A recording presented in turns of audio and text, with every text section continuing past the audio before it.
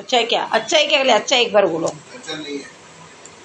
நான் சாப்பிட மாட்டேன். இருந்தாலும் இந்த க்ரீன் இந்த ரெட்டு எல்லாம் சூப்பராக வந்துருப்பாருங்க. நல்லா ஒத்தையாக சூப்பராக வந்துட்டு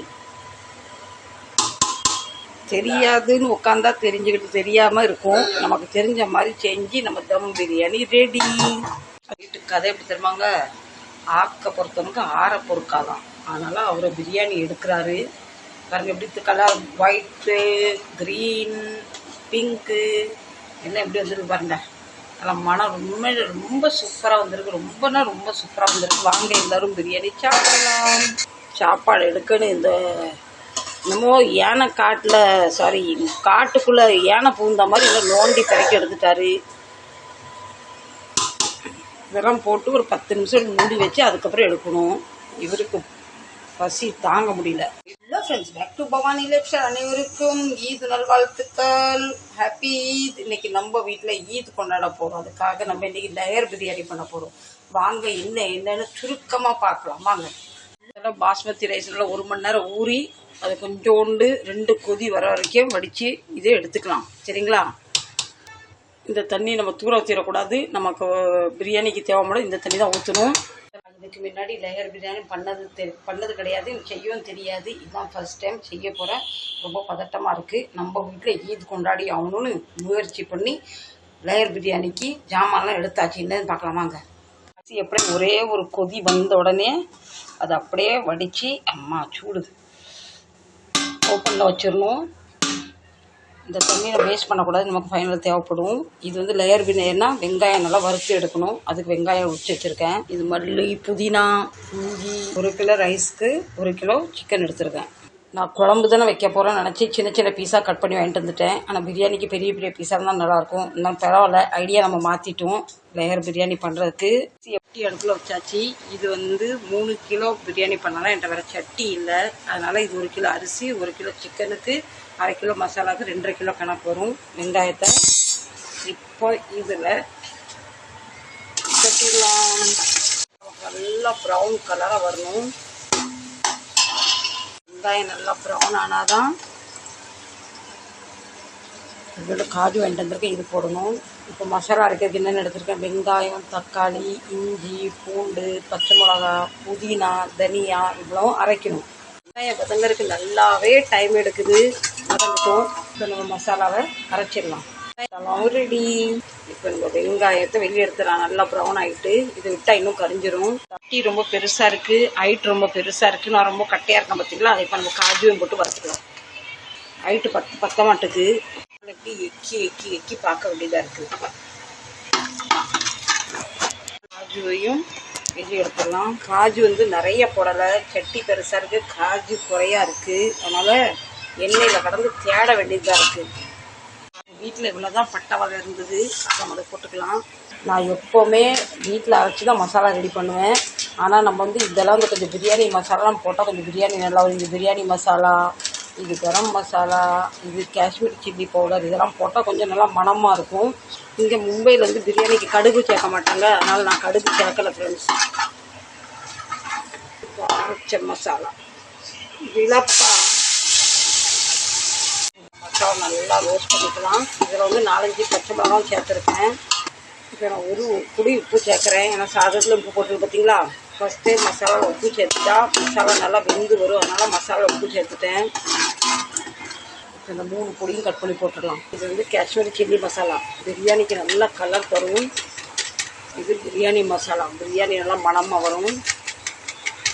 இது கரம் மசாலா. இந்த பேக்கெட் பொடியெலாம் போட்டால் தான் பிரியாணி கொஞ்சம் மணமாக வரும். இதுதான் ஃபஸ்ட் டைம் நான் பேக்கெட் மசாலா சேர்க்குறேன். இது நம்ம வீட்டில் அரைச்ச கரம் மசாலா கொஞ்சம். இது கொஞ்சமாக சில்லி மசாலா ஆட் பண்ணிக்கலாம். மஞ்சத்தூள்,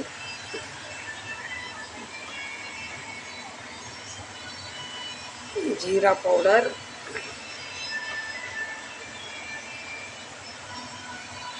தனியா பவுடர், காரத்துக்கு வீட்டில் அரைச்ச மிளகாத்தூள் 2 ஸ்பூன்.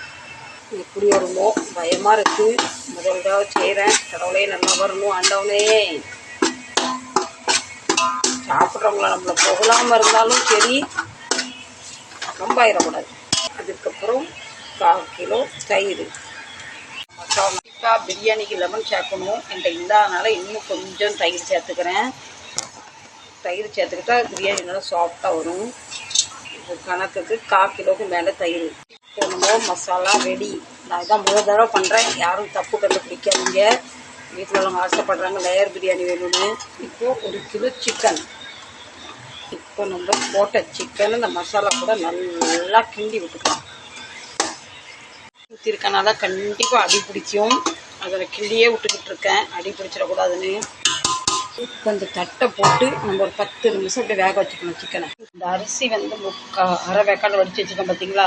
இந்த தண்ணி வேணும்னா ஊற்றிக்கலாம், பார்த்துட்டு அப்புறம் ஊற்றிக்கலாம். கிண்டி விட்டுக்கலாம். லேயர் பிரியாணி இப்படி தான் பண்ணுவாங்களா எனக்கு தெரியலங்க. எனக்கு தெரிஞ்ச மாதிரி முதல் தடவை பண்ணுறேன். பார்க்கலாம் எப்படி வருதுன்னு. இன்னும் ஒரு 10 நிமிஷம் இருக்கட்டும். இதில் நம்ம ரைஸை சேர்த்துக்கலாம். நான் எதுவும் மிஸ்டேக் பண்ணுற மாதிரி தான் கண்டிப்பாக நீங்கள் எனக்கு சொல்லுங்கள் கமெண்ட் பண்ணி. அடுத்த தடவை நல்லா செய்யலாம். மசாலா பச்சை வாடெல்லாம் போயிட்டு இந்த ஸ்டேஜில் கேஸை ஸ்லோ பண்ணிவிட்டு 1/4 வேக்காடு அரிசி எடுத்து இதில் அப்படியே லேயர் லேயராக சேர்த்துக்கலாம். இதுதான் லேயர் பிரியாணி நான் நினைக்கிறேன். நீங்கள் எப்படி பண்ணுவீங்க கண்டிப்பாக எனக்கு சொல்லுங்கள். எனக்கு தெரிஞ்ச மாதிரி ஏதோ அரை குறையாக பண்ணிக்கிட்டு இருக்கேன். அரிசி எல்லாமே இது மாதிரி அப்படி பரப்பி விட்டாச்சு. சிம்லே வச்சு மூடி வச்சிடலாம். தண்ணி ஒரு பொட்டு தண்ணி எடுக்கலாங்க. ஏன்னா மசாலாலே நல்லா புழுன்னு இருக்குது. அரிசி வேறு நம்ம அரை வேக்காடு வடிச்சிருக்கோம் பார்த்தீங்களா. அதெல்லாம் தண்ணி சேர்க்கலை. சாப்பாடில் எந்த கலரும் ஆர்டிஃபிஷியல் கலர் சேர்க்க மாட்டேன். இப்போ பிரியாணின்னா 2 கலர் வந்து நல்லாயிருக்கும் பார்த்தீங்களா. இது இந்த ஆரஞ்சு கலர், இது வந்து க்ரீன் கலர். கொஞ்சம் இதை சேர்த்துக்கலாம். ஒரு சொட்டு தண்ணி ஊற்றி கரைச்சிக்கிட்டேன். இது அப்படியே போல் ஓப்பன் பண்ணிடலாம். இந்த பக்கத்தில் ரெட் கலரும் இந்த பக்கத்தில் அப்படியே க்ரீன் கலரையும் சேர்த்து விட்டுருவேன். நான் ரெண்டுமே ஒன்றுக்கு மேலே ஒன்று ஊற்றலை, உரத்தில் தான் ஊற்றுற முடியும். இப்போ மீண்டும் மூடி வச்சிடலாம். புதினா மல்லிக்கீரையும் மேலே இப்படி போட்டுடலாம். என்னென்னமோ பண்ணுறேன். இது எப்படி வரப்போகுதுன்னு எனக்கே ஒரு கன்ஃபியூஸாக பயமாக இருக்குது. நான் ரொம்ப கஷ்டப்பட்டு பண்ணுறேன். நல்லா வரணும் ஆண்டவனே. ஹோட்டலில் லேயர் பிரியாணி பார்த்தீங்கன்னா அப்படி லேயர் மாதிரி அவ்வளோ பார்க்க அழகாக இருக்குது. பார்க்கலாம். நீ அடுத்து நம்ம வெங்காயத்தையும் நம்ம காஜுவையும் நல்லா மிக்ஸ் பண்ணிக்கலாம்.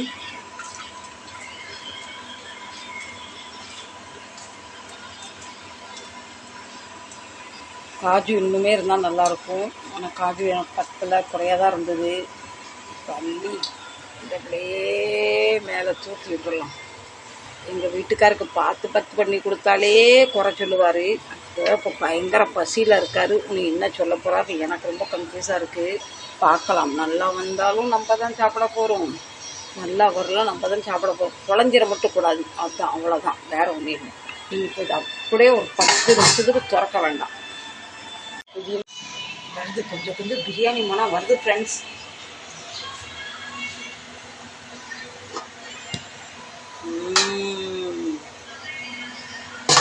கொஞ்சம் பிரியாணி மனம் வருதுடே. சக்ஸஸ் ஆகணும் ஆக மாட்டானோ சொல்லுங்கள் நீங்கள் தான் ஃப்ரெண்ட்ஸ். நம்ம ஆக மொத்தம் நம்ம பிரியாணி ஏதோ எனக்கு தெரிஞ்ச மாதிரி யாராவது ஒரே பண்ணி முடிச்சிட்டேன். இப்போ நான் பண்ணுறதை பண்ணிட்டேன். சாப்பிட்றவங்க தான் இனி பார்த்து சொல்லணும். நல்லா கலர்ஃபுல்லாக தான் வந்திருக்கு பாருங்க. க்ரீன் போட்டது, எல்லோ போட்டது, சோறு பாருங்க நல்லபடி ஒத்தையாக வந்திருக்கு. இது சாப்பிட்றவங்க இதை பார்த்து பக்குவமாக எடுக்கணும். அப்போதான் கீழே வந்து மசாலாவும் மேலே சோறும் அதுக்கு மேலே வெங்காயம் மல்லி நம்ம கலர். வீட்டுக்கு கதை எப்படி தெரியுமாங்க, ஆக்க பொறுத்தவனுக்கு ஆற பொறுக்காதான். அதனால் அவர் பிரியாணி எடுக்கிறாரு பாருங்க. எப்படி கலர் ஒயிட்டு, க்ரீன், பிங்க்கு எல்லாம் எப்படி வந்துருக்கு பாருங்க. அதெல்லாம் மனம் ரொம்ப சூப்பராக வந்திருக்கு. ரொம்ப சூப்பராக வந்திருக்கு. வாங்க எல்லோரும் பிரியாணி சாப்பிடலாம். சாப்பாடு எடுக்கணும். இந்த என்னமோ யானை காட்டுக்குள்ளே யானை பூந்த மாதிரி இல்லை நோண்டி கரைக்கி எடுத்துட்டாரு. இதெல்லாம் போட்டு ஒரு 10 நிமிஷம் மூடி வச்சு அதுக்கப்புறம் எடுக்கணும். இவருக்கு பசி தாங்க முடியல. அச்சாய்க்கு வருகுளோம். நான் சாப்பிட மாட்டேன். இருந்தாலும் இந்த க்ரீன் இந்த ரெட்டு எல்லாம் சூப்பராக வந்துருப்பாருங்க. நல்லா ஒத்தையாக சூப்பராக வந்துட்டு. தெரியாதுன்னு உட்காந்தா தெரிஞ்சுக்கிட்டு தெரியாமல் இருக்கும். நமக்கு தெரிஞ்ச மாதிரி செஞ்சு நம்ம தம் பிரியாணி ரெடி. ஃப்ரெண்ட்ஸ், நமக்கு தெரிஞ்ச மாதிரி பெரிய சட்டி வச்சு குறைய அரிசி, 1 kilo chicken, sorry 1 kilo chicken, 3/4 kilo அரிசி போட்டு பெரிய சட்டியில் வச்சு பிரியாணி பண்ணியாச்சு. தம் பிரியாணி சூப்பராகிட்டு உண்மையிலே நல்லா மனமாக இருக்குது. சாப்பிட்றதுன்னு சொன்னாச்சுன்னா வீட்டுக்காரருக்கு என்னத்தான் தங்கத்தட்டில் சோறை வச்சு கொடுத்தாலும் அவர் போட சொல்லுவார். அவருக்கு இதே பழகி போச்சு. அவர் பாட்டில் சொல்லட்டும்.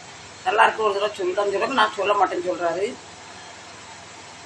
சரி ஃப்ரெண்ட்ஸ், எப்படி வந்திருக்கு என்னது நீங்கள் தான் சொல்லணும். இந்த ஸ்டவ்வோடையும் இந்த லவ்வோடையும் இந்த பதிவு இங்கேயே முடிக்கிறேன். பிடிச்சிருந்தா கண்டிப்பாக சப்போர்ட் பண்ணுங்கள். எனக்கு தெரிஞ்ச மாதிரி முதல் தடவை பண்ணியிருக்கேன். நீங்கள் எப்படி பண்ணுவீங்கன்னு கண்டிப்பாக எனக்கு கமெண்ட் பண்ணி சொல்லுங்கள். நெக்ஸ்ட் பண்ணும்போது நீங்கள் சொல்கிற மசாலா இன்க்ரீடியன்ட் எல்லாமே சேர்த்து பண்ணலாம். சரிங்களா? இந்த பதிவு பிடிச்சிருந்தா கண்டிப்பாக சப்போர்ட் பண்ணுங்கள். மீண்டும் நல்ல பேர் சந்திக்கிறேன். அரகுர பிரியாணி தான், ஆனால் நல்லா மனமாக இருக்குது. மனம் பார்த்தா நல்லா வந்துருக்கும்னு நினைக்கிறேன். அது சாப்பிட்டா தான் டேஸ்ட் தெரியும். நீங்கள் தம் பிரியாணி எப்படி என்னென்ன மசாலா போடுவீங்க, என்ன போடுவீங்க கண்டிப்பாக எனக்கு சொல்லுங்கள். மீண்டும் இதை போல் நல்ல வீடியோவில் உங்கள் சந்திக்கிறேன். பாய். மீண்டும் அனைவருக்கும் ஈத் முபாரக், நல்வாழ்த்துக்கள். பை. சட்டியோட நம்ம ஒரு செல்ஃபி எடுத்துக்கலாம். இது வரைக்கும் வீடியோ பார்த்து பொறுமையாக எனக்கு ஆதரவு தந்த அனைத்து உறவுக்கும் மனமார்ந்த நன்றி. Tata, love you.